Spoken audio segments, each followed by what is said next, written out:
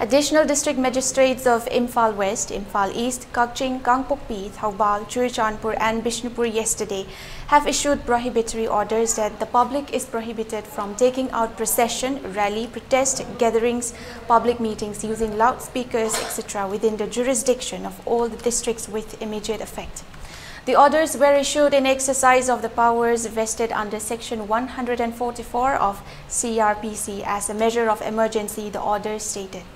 Prior permission for organizing processions, rally, lawful gatherings, public meetings using loudspeakers, etc. must be obtained from the competent authority, that is the district magistrates concerned, it mentioned.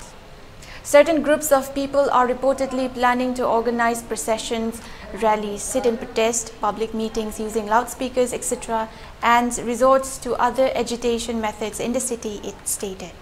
There is an apprehension that such groups, organizations, unions may cause obstruction, annoyance or injury to the persons lawfully employed or other general public and endangered human life and property, disturbed public peace and tranquility and caused riots and affrays, it further stated.